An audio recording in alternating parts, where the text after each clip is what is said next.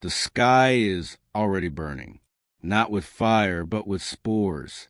They drift like snow over the corpse of a dying world, clogging the air, choking the lungs, seeding the earth with something that should not exist. Entire cities lie in ruin. Cathedral spires have been torn down and sharpened into crude trophies. Imperial statues hang decapitated, their heads mounted on rusted pikes. And beneath that green-stained sky, the drums begin, low, rhythmic, primal. A billion boots slam into the soil in uneven cadence. Laughter follows, guttural, delighted, endless. The sound is not strategic. It is not disciplined. It is hungry. Vox channels crackle inside a shattered command bunker. They're everywhere. The walls are gone. Throne preserve us. Static swallows the rest. A guardsman peers through a broken viewport. What he sees is not an army. It is a tide. Green flesh stretches to the horizon. Scrap metal vehicles belch black smoke. Gargants stride like walking fortresses. Banners stitched from skin flap violently in the wind. An entire Waaagh. Then the sky splits open. Golden light descends to the clouds like divine judgment. Dropships cut through the smoke, engines screaming, hulls gleaming like miniature suns. For a moment, just a moment, the orc drums falter. They feel it. Something different has arrived. The ships strike the earth with seismic force. Ramps fall. Smoke rolls outward in slow, theatrical waves. And from that smoke, they step forward. Tall, silent, radiant in aura might. The Adeptus Custodes have come. Each warrior stands taller than a space marine. Their armor is not merely gold. It is ancient, engraved with scripture, edged in crimson. Guardian spears hum softly with contained destruction. Plumes sway in the toxic wind. They do not shout. They do not pray. They advance. On a distant ridge, an orc warboss watches through a cracked magnocular lens. His tusked jaw spreads into a grin. This'll be good. The drums return, louder. The first wave charges. A wall of green muscle and crude iron surges toward a line of silent gold. The guardsman in the bunker whispers one last prayer. And then the custodians break into a run. The collision is not a battle cry. It is impact. Bone shatters. Spears ignite. Bolter fire detonates torsos into red mist. The first orc is cleaved from shoulder to hip before it understands it is dead. But behind him come thousands more. And behind them, millions. Cut to black. This was not a battle. This was extinction wearing two different faces. To understand what happens next, you must understand what a custodian is. They are not space marines. They are not soldiers. They are the last living perfection of humanity's lost golden age. Forged gene by the emperor of mankind himself. Each custodian is a work of bioengineered art. Where space marines are mass-produced weapons, custodians are singular masterpieces, crafted individually, perfected over years. Their minds expanded beyond fear. Their reflexes faster than thought. Their loyalty absolute. For 10,000 years, they stood watch over Terra. They did not crusade. They did not conquer. They guarded the golden throne in eternal silence. Which is why their presence here means something has gone terribly wrong. Each custodian carries a guardian spear, a weapon that is both bolter and power blade. Each plate of auramite armor is irreplaceable, older than most civilizations. Each warrior is worth entire regiments, and yet only a handful have come. Why? Because sending even one is a declaration. The High Lords do not deploy custodians to win wars. They deploy them to end them. But this world is already lost. The Orks are not a raiding party. They are not pirates. They are a full planetary Waaagh, a cultural eruption of violence from the fungal species that thrives on war. And war is something Orks understand intimately. Custodians, however, were not designed for attrition. They are precise instruments, assassins of impossibility, guardians against the unthinkable. Now, they stand before something simple, something primal, something endless. This is not a duel. This is mathematics. And the numbers do not favor gold. The horror is not that Custodians can lose. The horror is that they can die. And if they can die here, what else in the Imperium is truly safe? Before the first golden dropship pierced the clouds, before the first guardian spear ignited in disciplined arcs of lethal light, the world was already lost. Because the Orks had begun to gather. They did not arrive as an invasion fleet in neat formation. They fell from the void like debris from a shattered god. Ramshackle cruisers tearing through orbit, hulks welded together from the carcasses of conquered ships. Many burned on entry. The Orks inside did not care. Survival was secondary. Landing was enough. Spores rained first. Invisible at the start, then choking, then everywhere. Within days, the soil itself betrayed the Imperium. Fungal growths split stone. Green-skinned forms clawed their way out of the earth, fully formed and already roaring for violence. Orks do not require supply lines. They are the supply line. They do not require hope. They generate momentum. And at the center of this swelling madness stood a war boss. He was vast, even by Ork standards. Armor plates bolted directly into muscle. A power claw the size of a sentinel's cockpit. His banner stitched from flayed Imperial uniforms, still stained dark. Every victory made him larger. Every conquest fed the myth. And Orks believe in myth.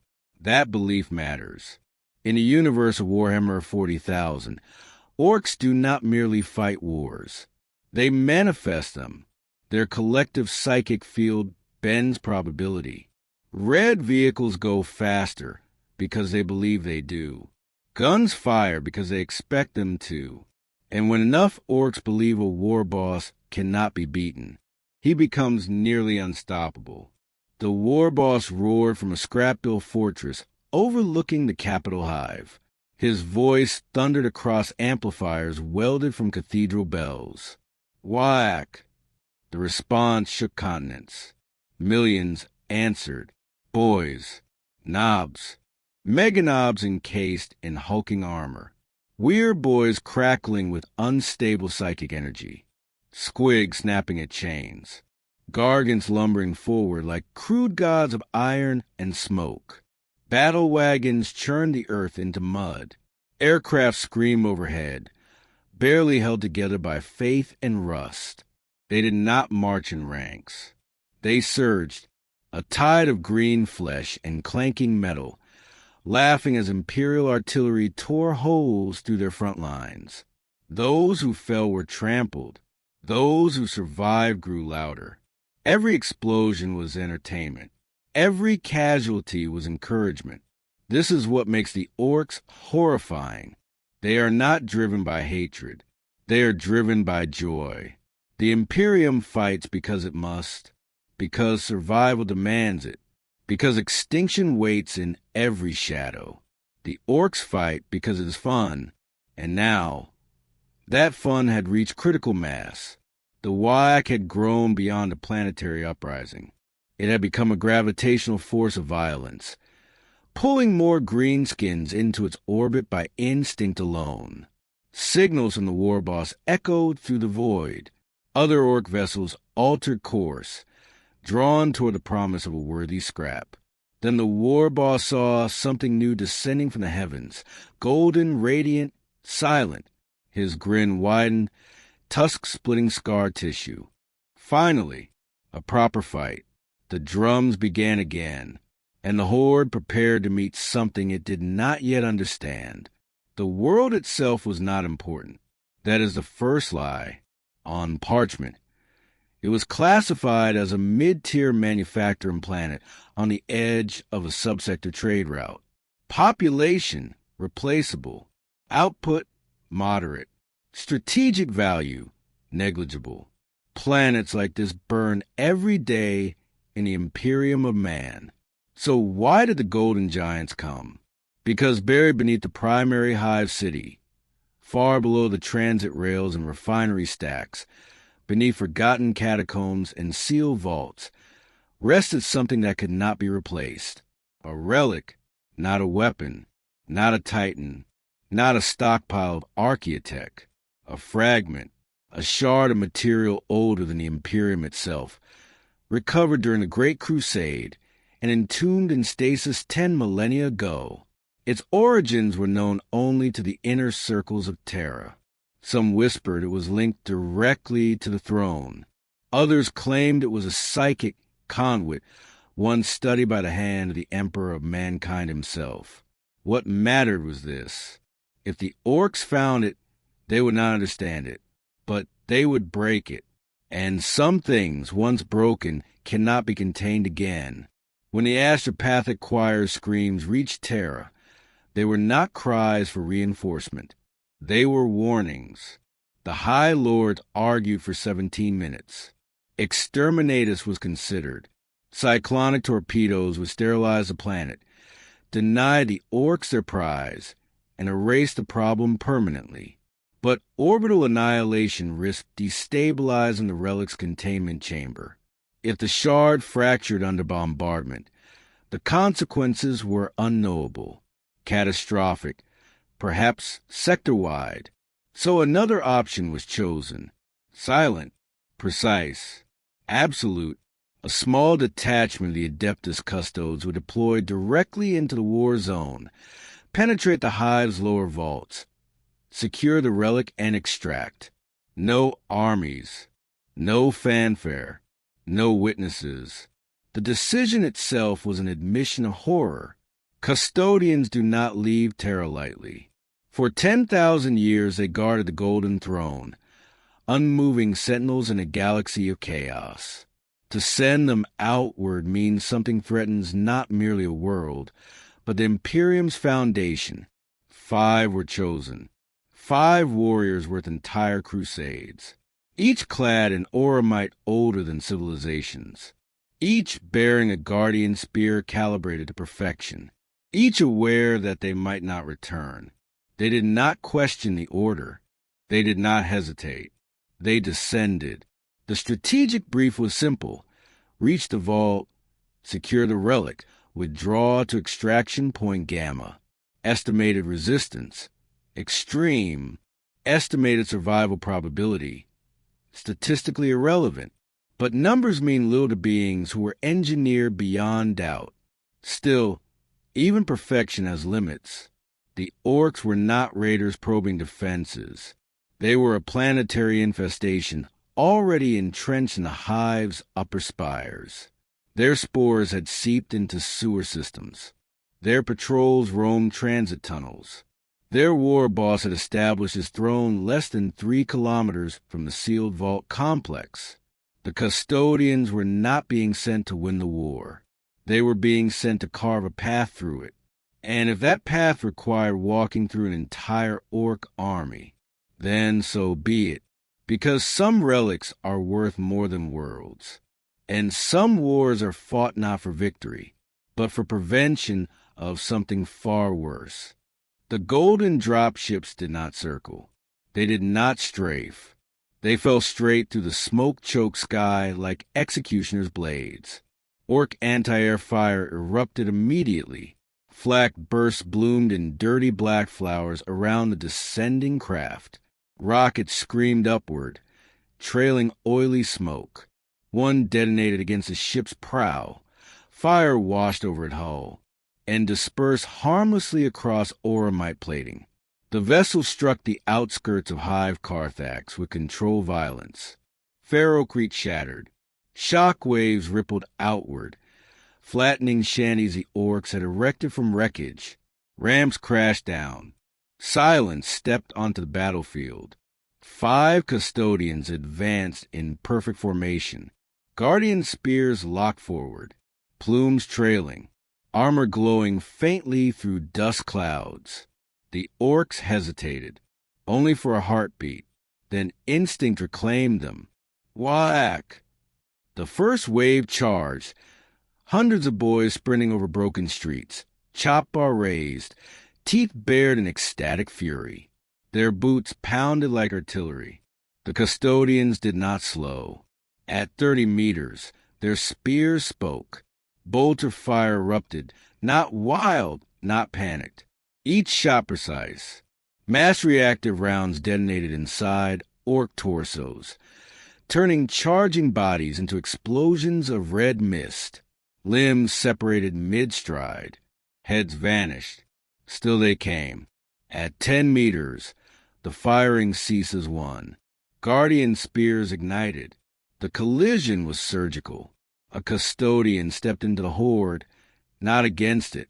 His blade described a single golden arc. 3 orcs fell in pieces before their momentum carried them forward another step. A backhand swing crushed the skull into paste. A spear thrust punched through iron armor, through ribcage, out the spine. Another custodian pivoted, cloak whipping through the air, and fired point-blank into a knob's chest. The mass reactive round detonated. The knob vanished from the waist up. There was no wasted motion, no battle cries, only execution. The orcs roared louder, thrilled by resistance. More poured from alleyways, climbing over their own dead to reach the gold-armored giants. Choppa slammed against Oromite. Sparks flew. One blade shattered instantly. Another left a shallow gouge before its wielder lost both arms in reply. A meganob lumbered forward, power claw crackling. It swung with enough force to crush a tank hull. The custodian caught the blow on his spear shaft. The street cratered beneath them. For a fraction of a second, green muscle pressed against golden resolve. Then the custodian shifted. The claw slid aside. The spear punched upward, through jaw, into brain. The meganob collapsed like a felled statue. Around them, the battlefield became a ring of corpses. Orc bodies piled in widening circles. Severed limbs twitched. Smoke mixed with spore clouds. But beyond that ring, the tide thickened. Vehicles smashed through hablock walls. War bikes screamed around flanks.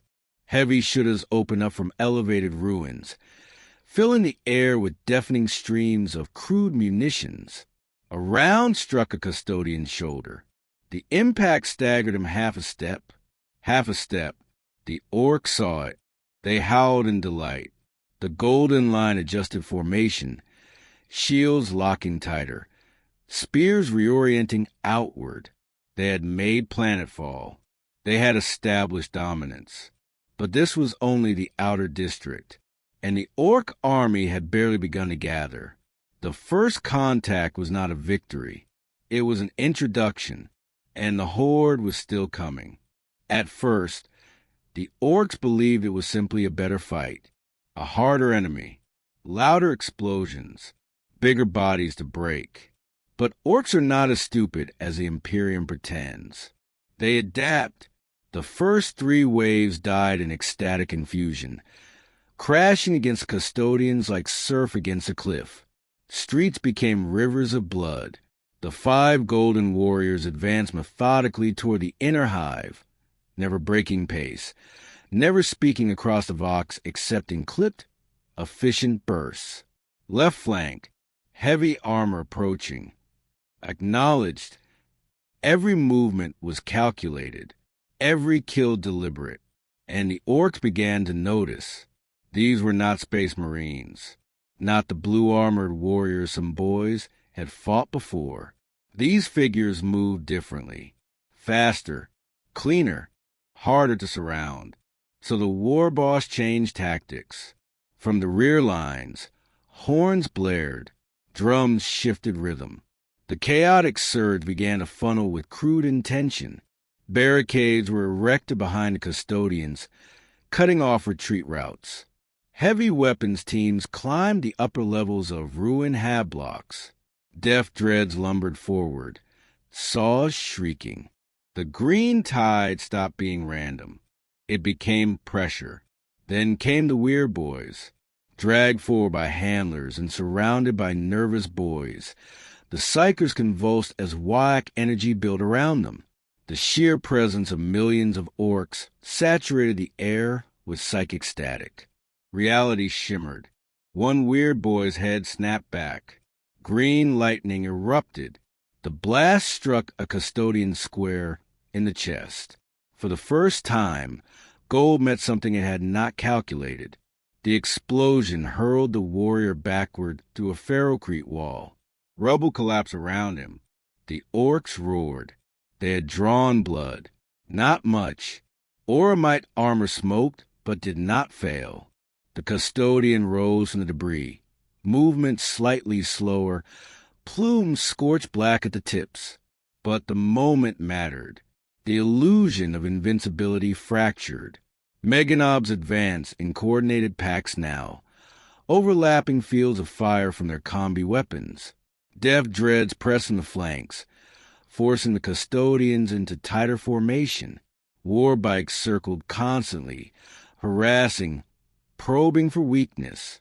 The five adjusted seamlessly, forming a rotating spear wall. Bolter fire targeted heavy units first. Guardian blades severed mechanical limbs with surgical precision. Still, the Orks kept learning. They began sacrificing smaller boys deliberately, throwing them forward to entangle spears, to grab at cloaks, to slow movements by fractions of seconds. Those fractions multiplied. A knob managed to clamp iron jaws onto a Custodian's thigh armor, locking in place. It cost the knob his head, but the paws allowed a power claw to slam into the Custodian's side. Oromite cracked, not shattered. Cracked. The sound was wrong. The battlefield seemed to inhale. The Custodian retaliated instantly, spear punching through the knob's torso and detonating it from within. Yet as the body fell, something else was visible beneath the fractured plate. Red. The Orks saw it, and they howled with manic triumph. Even gods could bleed. The pressure intensified. More Weird Boy lightning split the air. Death dreads collapsed buildings to bury the gold beneath rubble. Meganobs pressed shoulder to shoulder, iron grinding against Oromite. One Custodian staggered. Another stepped forward to cover the gap. For the first time since planetfall, their advance slowed.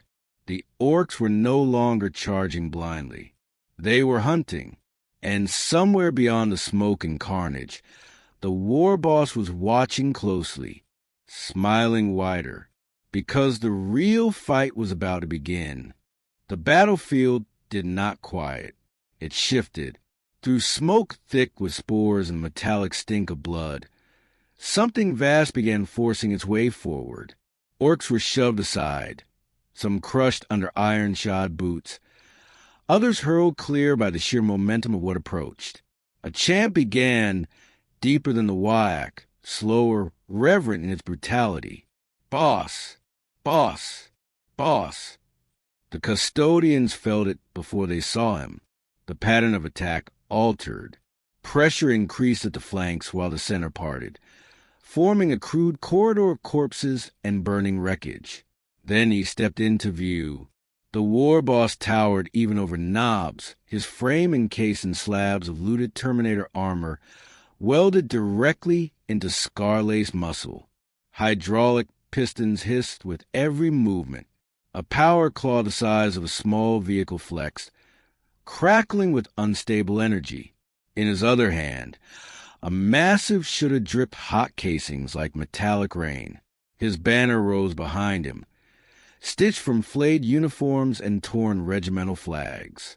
He stopped 30 meters from the golden line. For the first time since planetfall, the Custodians halted their advance. No words were exchanged. None were needed. The warboss fired first. The shooter roared, a torrent of oversized rounds hammering into custodian formation. Impact sparked against Oromite.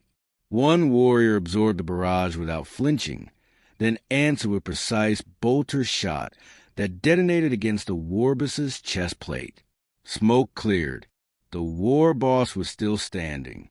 He laughed, a booming, delighted sound that rolled across the ruins. Then he charged. The ground fractured beneath each step. Debris exploded outward as he closed the distance with terrifying speed. The custodians broke formation instantly, for engaging the surrounding knobs and meganobs surging behind their leader. One stepped forward to meet him. Their collision was seismic. The power claw descended in a crackling arc capable of shearing a battle tank in half.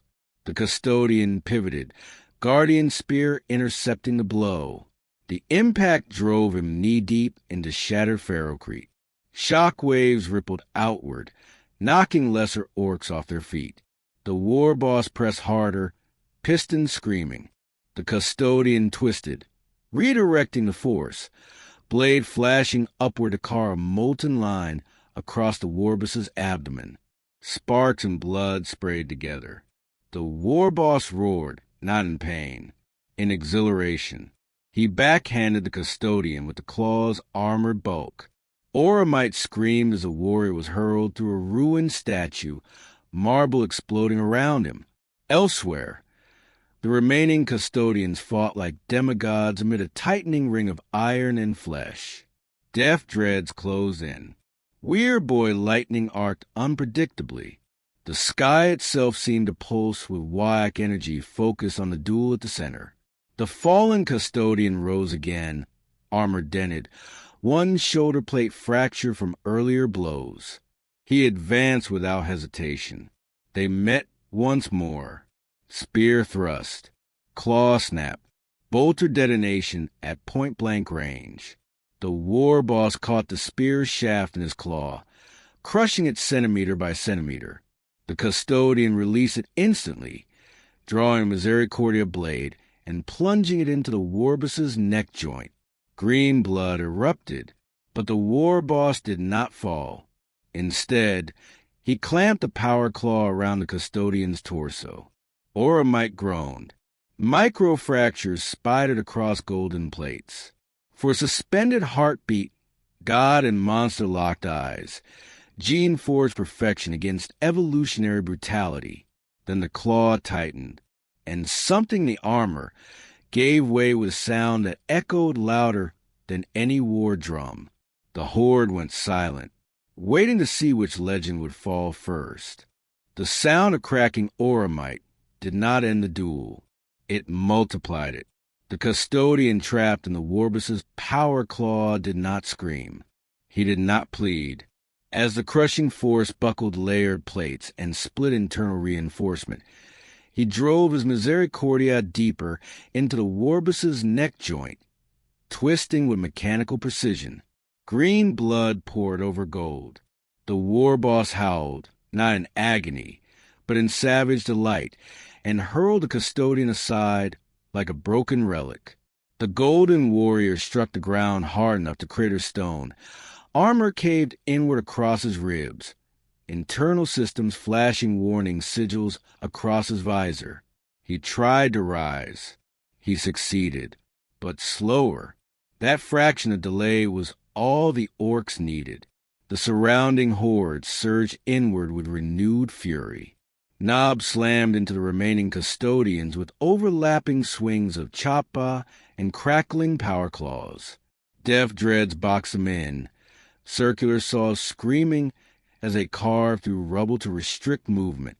Overhead, ramshackle aircraft screamed past, dropping crude explosives that turned entire streets into firestorms.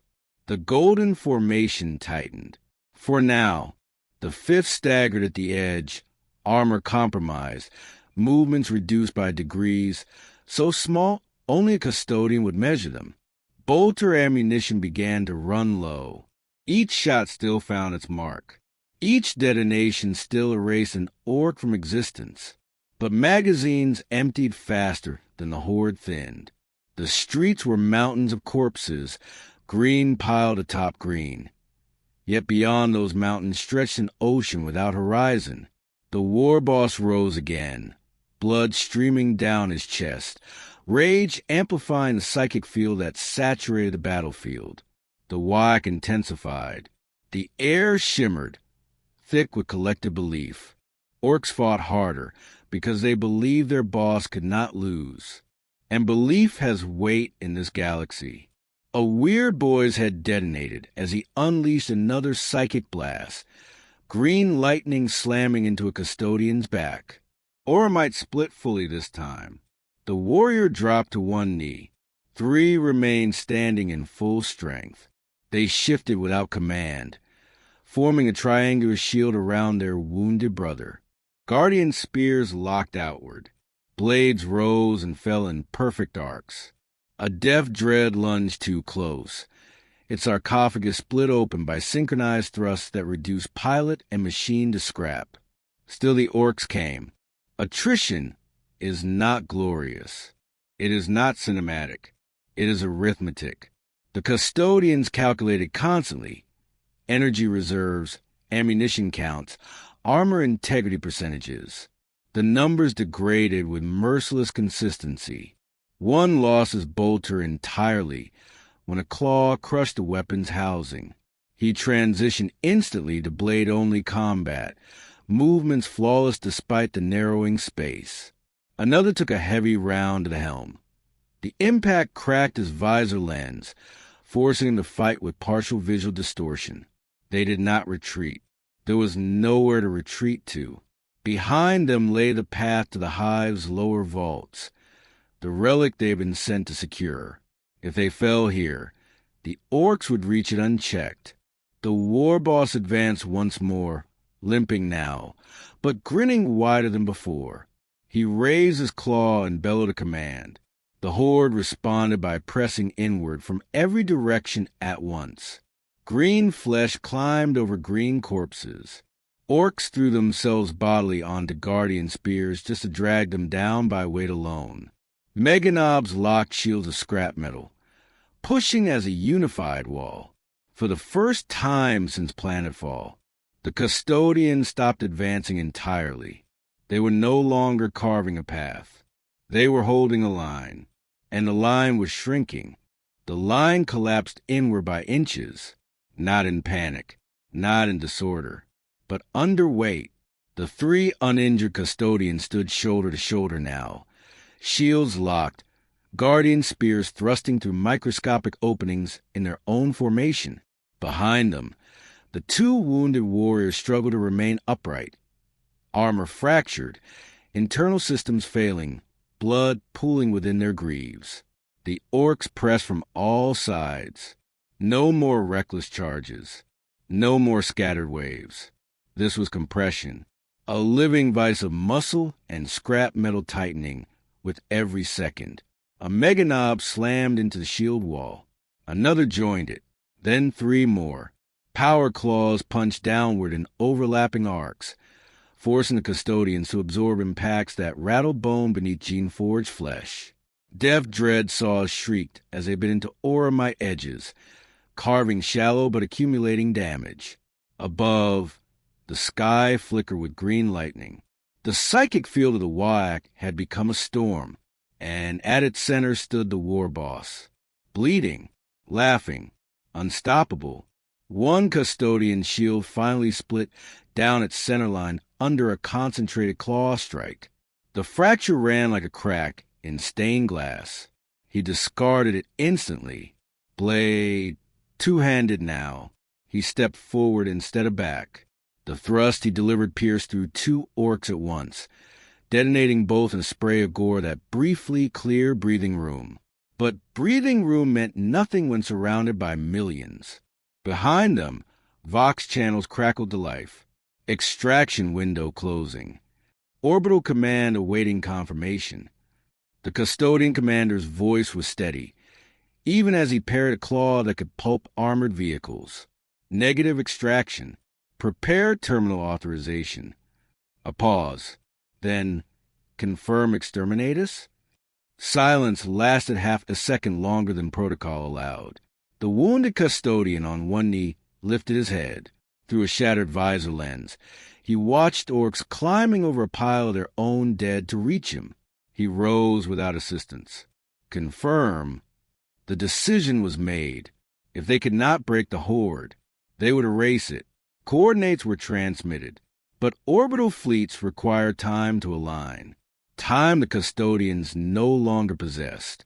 The Warboss charged again, smashing through his own troops to reach the Golden Wall. He struck like artillery, scattering bodies and debris alike.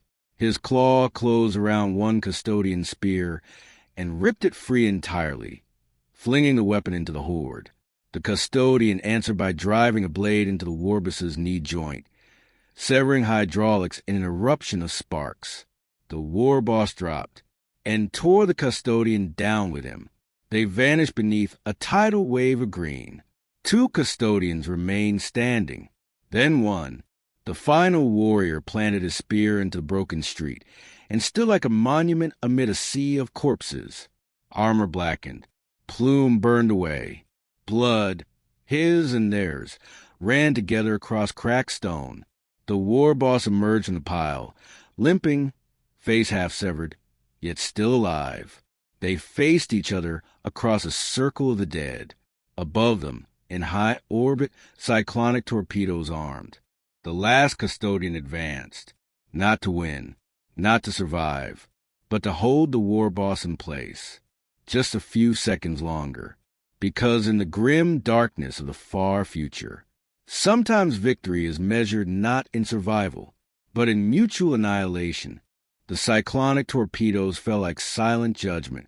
From orbit, they were beautiful, thin streaks of descending light cutting through the upper atmosphere. Down below, no one noticed at first. The orcs were too consumed by the spectacle before them. The Warboss and the final custodian closed the last meters between them. The custodian moved first. His guardian spear ignited one final time, its power field unstable, flickering from accumulated damage. He drove it forward with every remaining ounce of engineered strength, aiming not for chest or throat, but for the spine. The Warboss twisted at the last possible second. The blade tore through shoulder and lung instead, detonating deep inside his torso.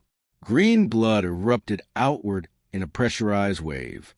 The Warboss answered by bringing the power claw down in a brutal, unstoppable arc. It struck the custodian's helm. Oromite shattered. The impact drove the warrior to his knees. For a suspended heartbeat, they remained locked together. Golden Giant impaled to the Warboss's body. Orc Warlord crushing the skull of a demigod. Then the torpedoes hit. The world did not explode immediately. First came light, a blinding, horizon-wide bloom that erased shadow. Orcs paused in confusion. The Warboss's grin faltered for the first time as the sky itself turned white. Then came pressure. Atmosphere ignited.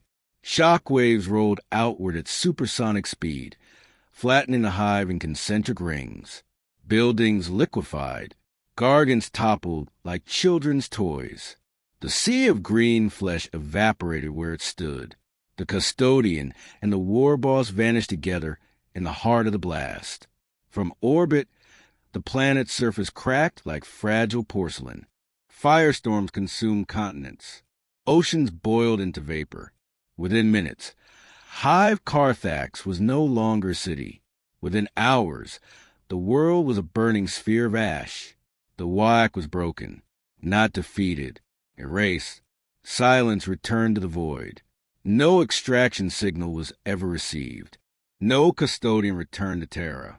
Only confirmation that the relic's vault had been destroyed before orc hands could breach it. Whether by the custodian's actions or by the cleansing fire, no one could say. In the Imperial archives, the event would be recorded as a necessary sacrifice. Planetary loss, acceptable. Enemy annihilated, confirmed. Custodian casualties, redacted, but in the vacuum above the dead world, Drifting debris still carried fragments of auramite. Charred, fractured, unmistakable. Proof that even the Emperor's chosen can fall. The Imperium teaches that the Adeptus Custodes are invincible, that they are the Emperor's perfect guardians, that no Xenos beast, no heretic champion, no demon prince can stand before them, and most of the time, that belief is justified. Each Custodian is a masterpiece of genetic engineering crafted by the Emperor of mankind himself. Their minds are sharper than supercomputers. Their bodies are weapons beyond replication. In single combat, they can slaughter champions who would devastate entire regiments. But this was never about single combat. It was about scale. The Orks represent something uniquely horrifying in the universe of Warhammer 40,000. They are not evil masterminds. They are not ancient schemers. They are entropy with muscles. They multiply through spores. They grow stronger through conflict. They unite under the biggest, loudest, most violent leader available. And when they gather in sufficient numbers, reality itself bends around their collective belief. The Custodians are superior in every measurable way. Strength, speed, skill, discipline. But superiority does not cancel infinity. An entire Ork army is not a tactical problem. It is a natural disaster. The battle demonstrated a brutal truth. Even demigods cannot fight mathematics forever. Attrition consumes perfection. Endless bodies can bury even golden legends under sheer mass. And yet, the Custodians did not lose. Not in the way the Orks understand loss. They fulfilled their objective. The relic was denied. The Waaagh was annihilated. The cost was absolute. That is Imperium's logic. Victory through eradication. If a world must burn to prevent something worse, then it burns. If the Emperor's finest must die to hold a line for a few more seconds, then they die without hesitation. This is not heroism. It is obligation. The horror lies not in their fall, but in the necessity of it. In the aftermath, no statues will be raised on that world. There is no world left to honor them. On Terra, within the silent halls near the Golden Throne, the absence will be felt, but not spoken of. The Adeptus Custodes do not mourn as ordinary men do. They record, they remember, they continue. 5 names will be etched into hidden archives. No public announcement, no triumphal parade, because their deployment was never meant to be known. And that is the final horror. Across the Imperium, billions of citizens sleep beneath the illusion of protection.